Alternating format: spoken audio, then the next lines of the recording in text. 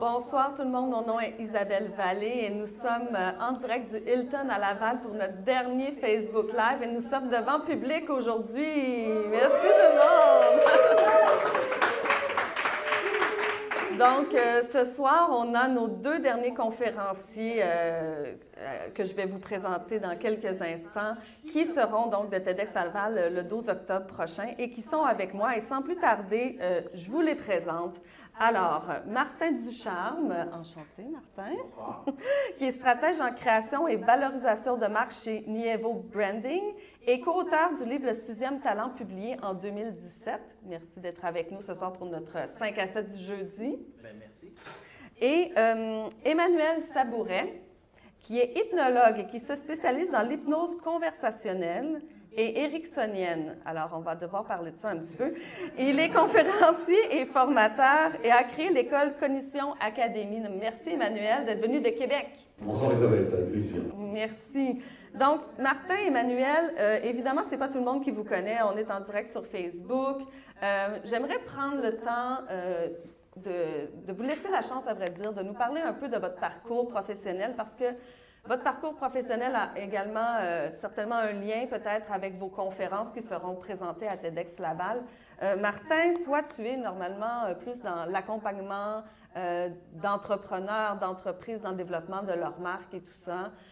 Comme je disais tantôt, tu as écrit un livre, co-écrit un livre, Le 6e talent. D'ailleurs, que je recommande fortement pour les entrepreneurs, peut-être pas juste les entrepreneurs, mais moi, je l'ai beaucoup apprécié et je vous le recommande fortement.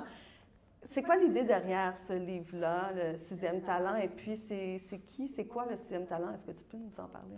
En fait, le 6e talent, c'est celui qui permet de révéler les 5 principaux qu'on aura identifiés avec exemple le StrengthsFinder de Gallup. Et en fait, c'est la fusion un peu du coaching et du branding avec ma co-auteure, qui est coach Carole Doucet. Et ce qu'on a fait, c'est qu'on a concocté un peu, on a répondu à la question de maintenant que je sais c'est quoi mes talents, quand on les a identifiés, on fait quoi avec ça?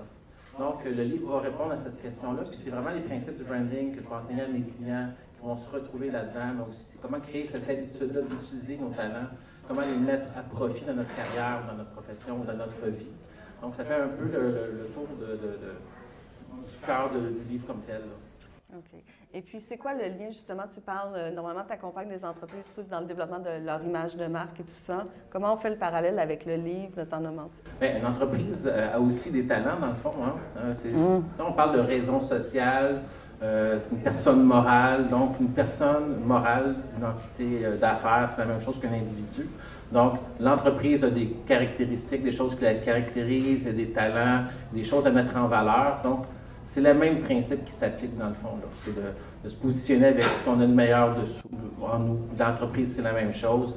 D'être cohérent là-dedans, d'être constant, de rester focalisé sur la mission, l'intention qu'on s'est donnée au départ. Donc, c'est vraiment à ce niveau-là qu'on a amené le sujet dans le fond. Personnellement, j'ai beaucoup aimé lire ce livre-là parce qu'il y a aussi des exercices et tout ça, mais parce que des fois, on ne connaît pas nécessairement nos talents également. C'est des choses qu'on fait peut-être au quotidien, mais des fois, ça demande un petit peu de recherche, d'introspection pour les découvrir. C'était très apprécié. Emmanuel, donc, je disais tantôt, hypnologue, spécialiste en hypnose conversationnelle. Alors, personnellement, je n'avais jamais entendu parler de ce terme-là. Peut-être qu'on peut donner une petite idée de ce que c'est. Quel est votre métier exactement? Alors, hypnologue, c'est un ensemble de techniques d'hypnose. On parle d'ericksonien, on va parler d'humanisme, de symbolique. Pour ma part, l'hypnose, c'est un tout, c'est une généralisation qui fait que l'hypnologue va être un caméléon pour travailler avec n'importe qui, quelles que soient ses croyances et ses valeurs. Si je parle d'hypnose conversationnelle aujourd'hui, c'est pour défaire un petit peu cette image de l'hypnose, où on dort, les gens prennent le contrôle, l'hypnose, les yeux ouverts, tout le monde vit l'hypnose plusieurs fois par jour. Donc apprendre ce que c'est. Comme moi en ce moment. Alors oui, c'était le cas. C'est un état d'être, en fait, c'est un état modifié de conscience, une transe, et une transe hypnotique, c'est un état de conscience modifié. Donc l'hypnose conversationnelle va aider les personnes à comprendre comment fonctionne la personne, en fait. Quels sont ses protocoles, ses fonctionnements, par ses croyances, par ses valeurs, le langage qu'elle va employer. Et une fois qu'on a compris ça, on peut rentrer dans le monde de la personne et jouer avec elle dans son schéma imaginaire. Et le schéma imaginaire, ça peut se faire aussi bien en entreprise, qu'avec les enfants, qu'en couple. Donc exposer une réalité, des filtres de l'un ou de l'autre, pour pouvoir les jumeler ensemble et essayer de communiquer de la même manière. Et aller changer des comportements ou des perceptions? Moi, je ne change rien. La personne. Oui, je vais mettre de la lumière en fait sur le fonctionnement de la personne et on va travailler à plusieurs niveaux, au niveau de sa compréhension. Et on va surtout dissocier l'émotion, on va changer la perception de l'émotion que la personne est en train de vivre. C'est ça qui est important. On ne va pas oublier, mais on va changer sa perception émotionnelle. Nous ne sommes que des êtres émotionnels, nous ne vivons qu'avec des émotions, mais nous ne sommes pas les émotions que nous vivons dans l'instant. Allez, ça commence à prendre. Je suis hypnotisée. Tout le monde est hypnotisé. Donc, ce sera certainement un sujet intéressant. Je ne sais pas si ça va être... si vous allez en discuter dans la conférence, mais on va aborder ça tout de suite. Vous allez présenter deux sujets fort intéressants. Alors, Martin, lors de TEDx Laval, va parler de l'existence. Alors, en tout cas, la grande question, là. Pourquoi sommes-nous ici? Quelle est notre mission, un peu? Et Emmanuel, ce sera plutôt le côté de la solitude. Donc, un sujet qui est quand même, malheureusement, au goût du jour. Plusieurs personnes vivent la solitude. Donc, Martin, normalement, tu es plus dans la stratégie, l'accompagnement d'entreprise et tout ça. Qu'est-ce qui t'a inspiré cette thématique-là de nous lancer la grande question pourquoi existons-nous? Et est-ce qu'on va trouver la réponse lors de la conférence? En fait, c'est une question que j'ai. Je me dis, 300 personnes, je vais peut-être avoir la réponse finalement. Mais blague à part, ça aussi, c'est intimement lié avec la vie d'une entreprise. Dans le fond, c'est une entreprise qui vient voir, c'est parce qu'elle a le désir d'exister, de se faire voir, de sortir de l'obscurité vers la lumière. Et en tant qu'individu, c'est la même chose qu'on vit. Puis la question, pourquoi j'existe, elle me pose moi toujours un problème. Le pourquoi me pose un problème et j'aime mieux amener l'idée de dire j'existe parce que. Et d'explorer peut-être d'autres. Ça, c'est du Martin Ducharme. C'est très intéressant. Tu déconstruis toujours les questions. Pour mieux reconstruire. Oui, absolument. C'est super intéressant. Et Emmanuel, donc, on va parler plus de la solitude, mais comme une amie. Est-ce qu'on peut élaborer là-dessus? Tout à fait, la solitude est notre amie. La solitude, c'est les réponses à toutes les questions qu'on se pose. On en parle beaucoup, je vais en parler pendant la conférence. On a l'habitude de regarder dans la lumière. La lumière qui est simplement notre fonctionnement qu'on nous a imposé par les croyances de la société, on nous a mis dans un cadre, et c'est comme ça qu'il faut fonctionner.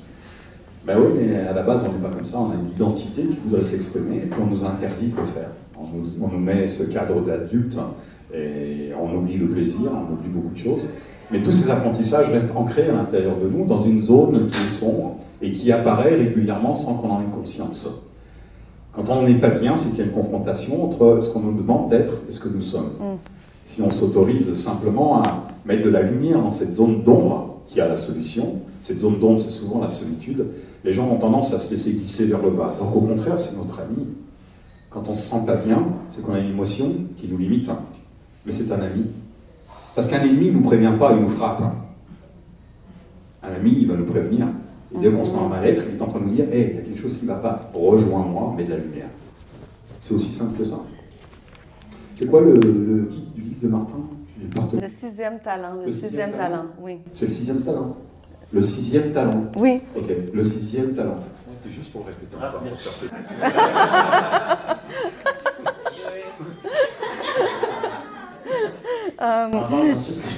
Vive le direct. Je me suis fait avoir.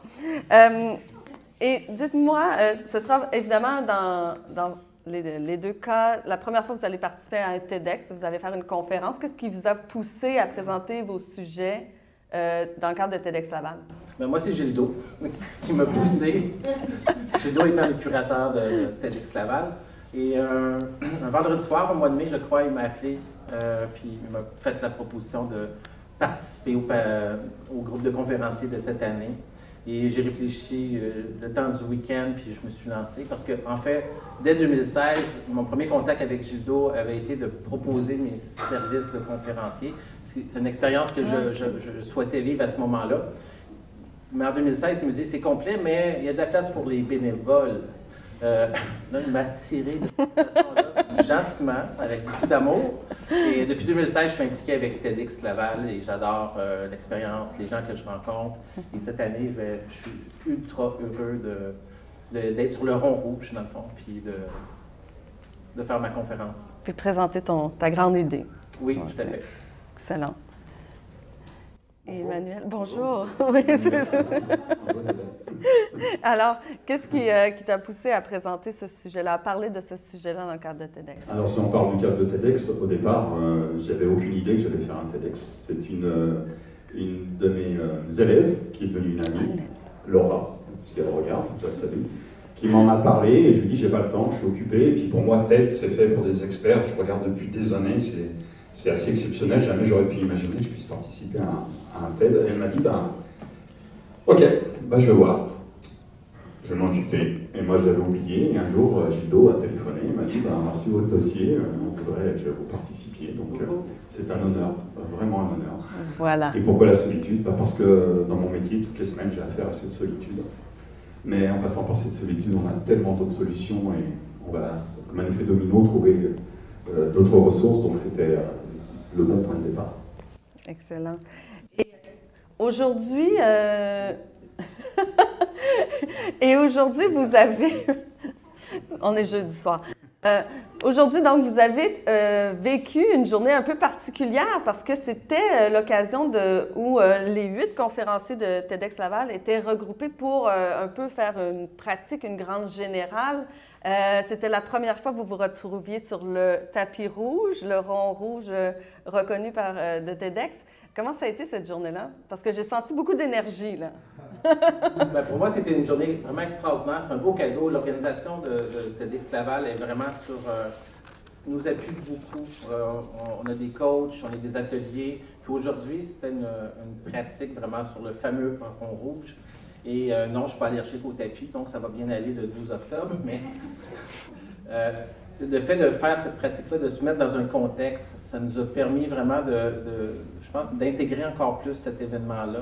Puis moi, je suis ressorti de là plus solide aujourd'hui. Donc, je suis vraiment heureux de mon expérience d'aujourd'hui, puis d'entendre toutes les autres nous faire leurs conférences avec des sujets variés, mais qui s'entrecroisent tous. C'est ce que j'entendais, oui, c'est ça, c'est qu'il y a un fil conducteur là, qui relie. Tout le monde voyait des petites perles qui les touchaient. Je pense que le 12 octobre, ça va être vraiment une soirée extraordinaire.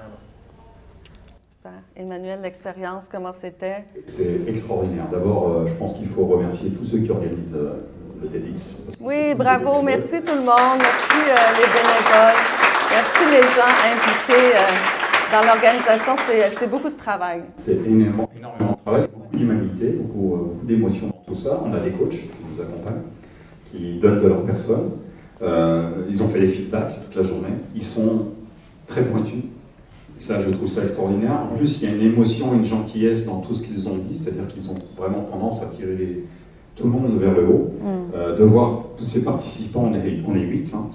D'ailleurs, ça donne une idée à Martin, il va écrire le 8e talent après le 6e talent. Non, c'était une très bonne journée, c'est très intense. Il y a beaucoup de concentration pour tout le monde. Et je crois que chacun a appris à l'autre dans son comportement. C'est à faire. Moi, je le fais. Un cadeau. Un cadeau. Oh, on a hâte au 12 octobre prochain pour entendre ça. Je rappelle que c'est à la Maison des Arts de Laval. Parce que Martin y tenait tellement. Martin, question. As-tu une conférence TEDx ou un TED Talk que tu aimerais recommander aux gens qui nous écoutent ce soir? Je ne me rappelle pas d'avoir insisté sur ce point-là, mais quand même, j'en ai plusieurs parce qu'au fil des années, j'en ai regardé vraiment beaucoup. Et il y en a une qui me revient tout le temps, c'est How to Create a Movement. Je ne me souviens pas du nom du conférencier, malheureusement, parce que je n'ai pas beaucoup de mémoire des noms. On va te pardonner. Tu le veux en anglais? Non. C'est 3 minutes, ça nous explique comment se créer un mouvement. C'est magique, c'est vraiment très rapide. C'est un débit que moi, j'adore beaucoup. Sinon, il y a celle de Simon Sinek qui venait me connecter beaucoup avec mon travail, avec le fameux Why. Qui m'a vraiment touché puis influencé aussi.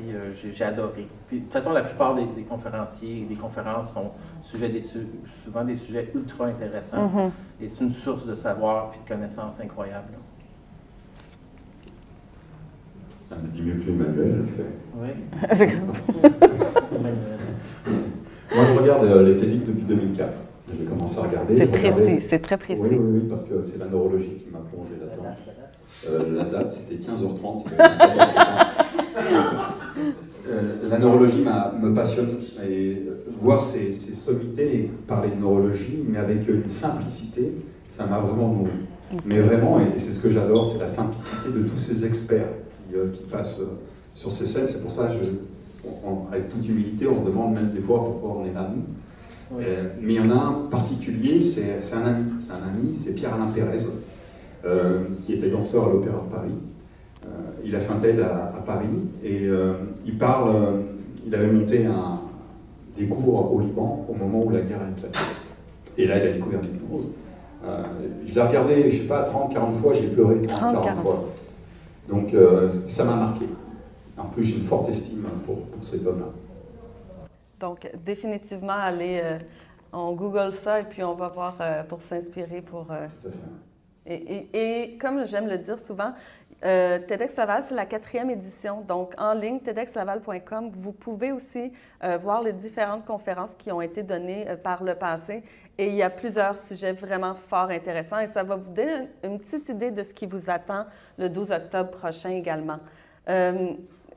Et pour terminer, pourquoi on devrait, si on n'a jamais assisté à un événement TEDx, pourquoi on devrait assister à un événement TEDx? Qu'est-ce qui en ressort de ça? Parce qu'il est là déjà. Oui, c'est ce que j'allais dire.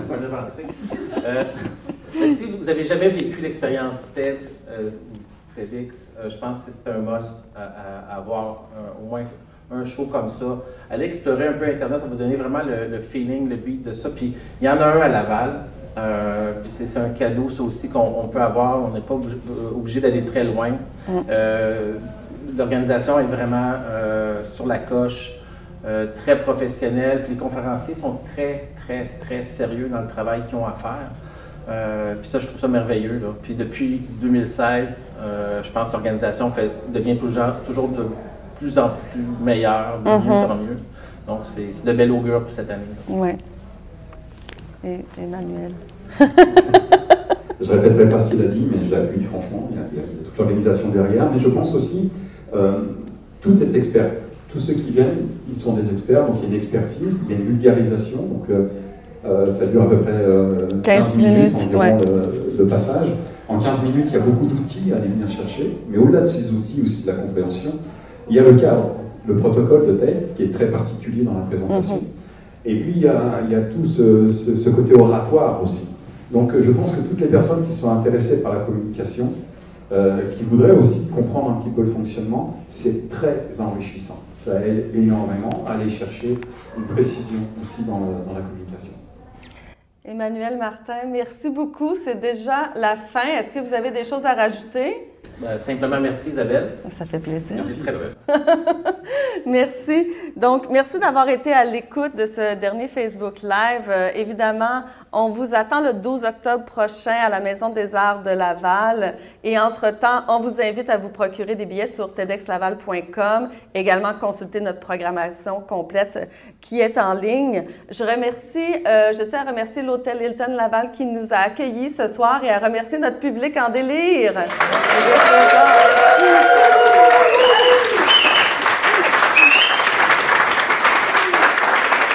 Merci à tous. Passez une bonne fin de soirée et merci d'avoir été à l'écoute. Au revoir.